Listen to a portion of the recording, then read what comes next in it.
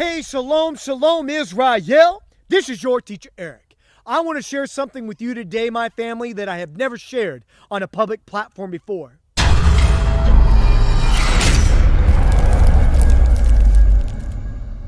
want to share how I came to the knowledge of my heritage. I've never been one to shy away from teaching who the true Hebrews are. And in fact, I've made many declarations that the so-called African Americans are actually Hebrew Israelites. I also want to talk about who other people that are Hebrews are. You see, about 8 or 9 years ago, when I was studying the Word of Yah and putting it into practice as the Rock gave me guidance, I was following Yeshua HaMashiach and my wife was cleaving on to the world, so we were going to separate and I was putting her away.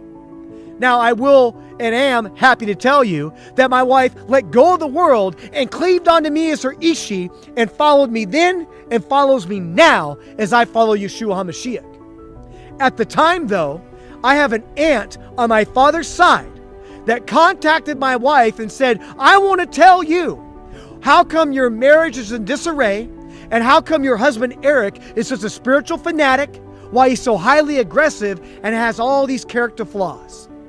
You see, Eric's grandfather isn't who Eric really thought he was. His grandfather was an Indian man that came through town and began a relationship with our mother. And they committed adultery, and thereby Eric's father was born a bastard son. And this Indian man left town, and we never saw him again. He never wanted to raise his son. He never wanted to be a part of his life.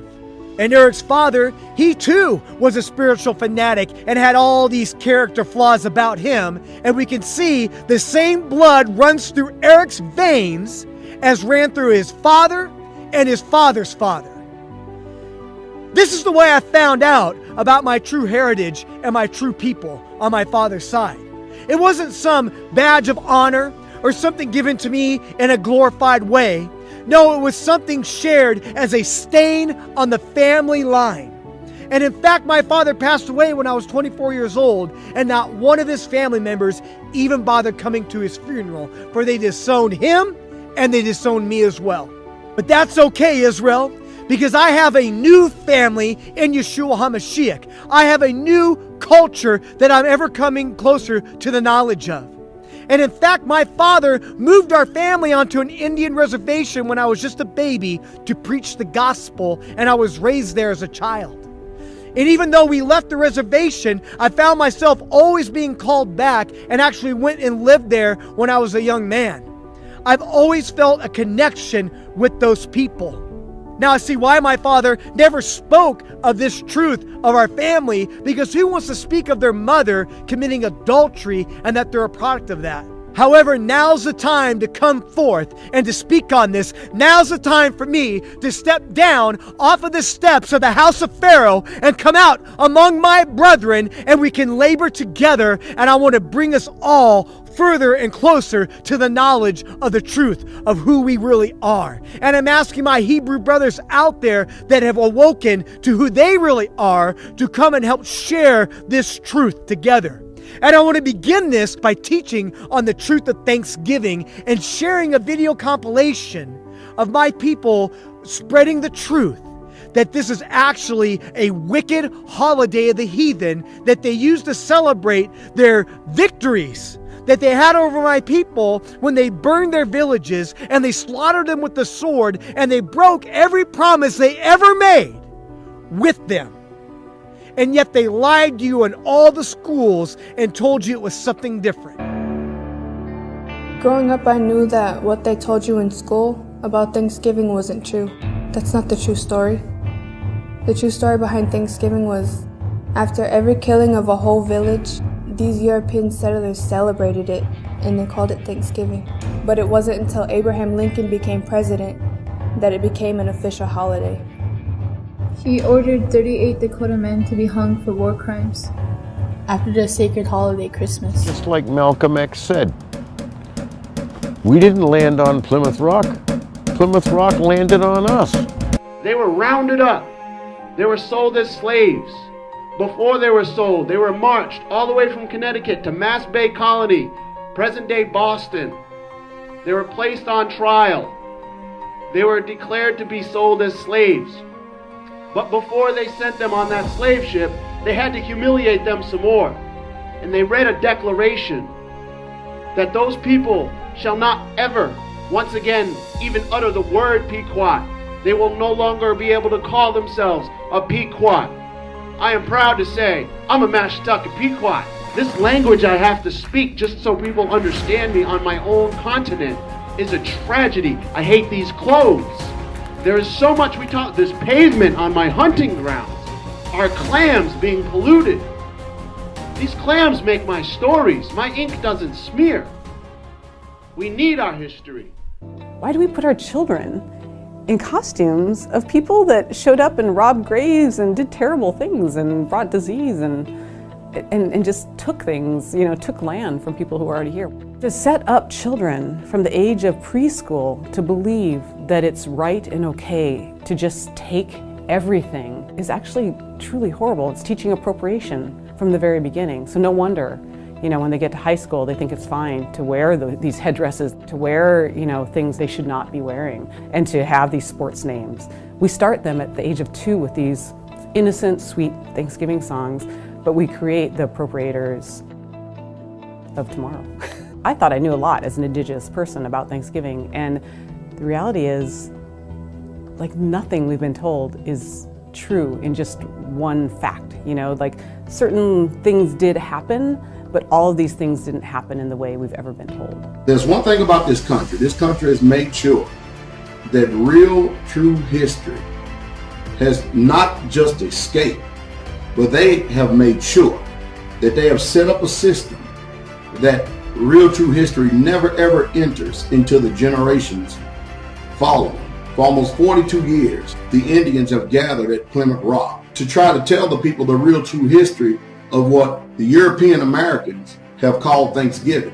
The truth is, for the Indians, for all of you who have been public school trained and not educated, for them, it's a national day of mourning. But if we don't talk about these things, if we don't bring them up to the conscious and the minds of people where they would have at least an avenue, at least another perspective they can hear from, so where they can go out and do their own independent research, then the lie that is being told today, that was promoted yesterday, will actually go on for another 100 years. My father started National Day of Mourning in 1970 because he had been invited to address a big banquet of dignitaries and all this kind of thing, and they asked for a copy of his speech in advance, which he sent. And then within days, they came back and said, "You can't give this speech. It's too inflammatory." The Pilgrims and the Indians sat down to a beautiful dinner and lived happily ever after. The end. He was censored. Plain and simple. It got out under the Moccasin Telegraph, and a few hundred indigenous native people came to Plymouth and they declared it a National Day of Mourning. And this year marks our 48th year of being on this hill. People are always asking me, I'll go in the store, what are you doing for Thanksgiving? I have to explain to them, not a big native holiday, And historically, those people came and saved those pilgrims' life, and then they killed them all, And so kids are still celebrating this in school, my little grandson came home and said, yeah, they want to put little pilgrim hats and stuff, just wrong. So anybody that you can Google the true history of it. It's like all the best fake news, right? They took things that happened, certainly lots of separatists, which we now call pilgrims, and different native folks have had meals. But, there's so many different times that possibly happened that we're referencing. There were so many political reasons that Thanksgiving, the mythology of Thanksgiving, kept morphing over the centuries to fulfill political agendas, right? Just like today. We're all still complicit in standing on stolen land. It isn't done. We've actually been told, my people, for instance, have been told by the Supreme Court, yes, you're right. The government did violate their treaties and this still is your land, yet they just won't give it back. We don't see any reason to celebrate the arrival of the Pilgrims. What the heck did they do for us? Nothing. The Pilgrims were an English sect of the Puritans, the separatist Protestant congregation. These Puritans didn't call themselves Pilgrims, didn't come seeking religious freedom, and didn't wear buckle hats. By the time of the Pilgrims' arrival in 1620, 2/3 of Massachusetts' indigenous tribes had already been killed by new diseases brought by British explorers or kidnapped into the European slave trade. Plymouth Rock lay in the center of the territory of the recently extinct Pawtuxet tribe, which had been wiped out by a plague. Here it is, Plymouth Pebble. If anyone thinks that this is where the Pilgrims stepped ashore, like I said, they had unbelievably long legs. Upon landfall, one of the first things the Pilgrims did was to rob the graves of the Wampanoag tribe and steal as much of the tribe's winter provisions as they could get their hands on. This caused tension between the Wampanoag, who ruled over Massachusetts, and the Puritans, which continued to increase until 1621 when Massasoit, the leader of the Wampanoags, found it politically advantageous to form an uneasy truce heavily slanted in the Europeans' favor. For the Wampanoags, the alliance was a necessity which allowed them to focus on fighting off other tribes invading their territory. Squanto, or his real name Tisquantum, was a member of the Pawtuxet tribe whose territory the Pilgrims had colonized. Captured by British slavers 6 years before the arrival of the Pilgrims, he was sold into slavery in Spain, escaped to England, then returned to North America where he worked with British merchants seeking to exploit Newfoundland. He eventually returned to New England to find his entire tribe dead and the Pilgrims living in what had been his tribe's summer village. Tisquantum would become the key for survival of the Puritans as he showed them how to plant and fertilize corn and other native vegetables, where to fish, and how to communicate with natives. The Feast of 1621, which we think of as the first Thanksgiving, was not an annual dinner, but rather a celebration of a successful harvest after a harsh winter. A letter written by one of the 50 Puritans at the dinner, Edward Winslow, recounts that they survived this winter because of the Wampanoags, but didn't see them as equals and didn't invite the natives to the feast. During the celebration, the Puritans fired off muskets and cannons for sport, which put the Wampanoags on full alert. 90 armed natives marched to Plymouth to see what was happening, and they stayed to make sure the British weren't planning anything violent. The eventual feast was not one of thanks and respect, but one of distrust and aggressive action. Thanksgiving, it was actually a going-away dinner, and they didn't get it, you know? Another, quote, Thanksgiving would only come 16 years later when the Puritans were celebrating their recent massacre of the Pequot tribe. Yay! Even this wasn't what we think of as Thanksgiving today, but instead a day-long Puritan fast and remembrance of God. So I know a lot of you do fast during Thanksgiving in opposition, but actually you're doing the same thing these heathen Puritans did in its original form. The holiday and concept we know as Thanksgiving started in George Washington's 1789 Thanksgiving Proclamation, where the Puritans aren't even mentioned. The holiday wasn't celebrated nationwide until 1863, when Lincoln declared it a national holiday to try to keep the country united. Even the myth about the Indians and the Pilgrims didn't even come about until the 1900s, yet still this story is taught as fact in schools across the country. The first Thanksgiving was not in 1621. The first Thanksgiving was in 1637 because Governor Winthrop decided that he would give thanks for the safe return of the people who went to Mystic, Connecticut and participated into the massacre of the Pequot. That was the real first Thanksgiving. And we tend to look at it as like, hey, first Thanksgiving. The second Thanksgiving is what's represented right here on this pole. Mystic Massacre is what we call it.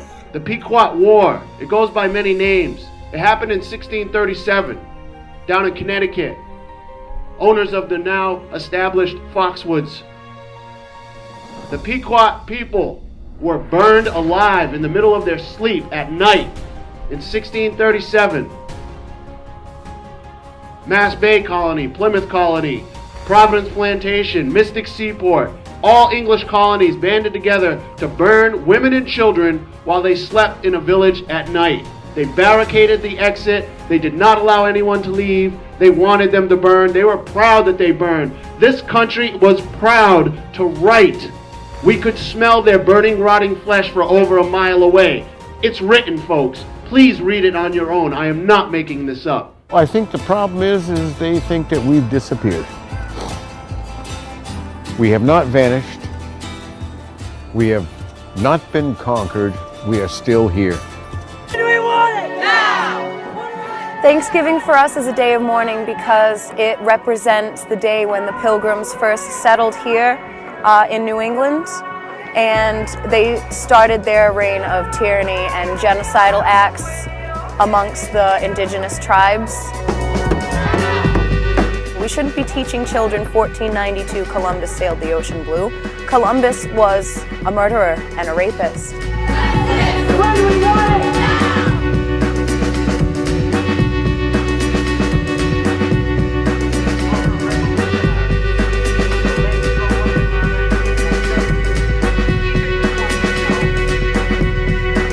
Since the invasion of Columbus and the rest of the Europeans, Native people have been virtually non-stop victims of terrorism. It's complicated because I also want to spend time with my family, and we do have the tradition of celebrating Thanksgiving, but there's definitely a big part of me that every time we sit down for Thanksgiving wants to talk about injustice and the fact that we're like living on stolen land. We tried to feed them and take care of them because the Pilgrims wouldn't have made it through the winter without us, and they paid us back by savagely abusing us and murdering us and enslaving us, stealing our crops.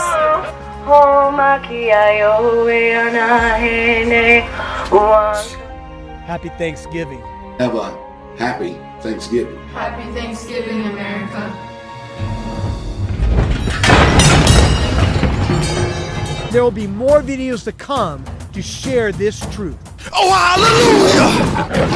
Glory to the King! Lion power!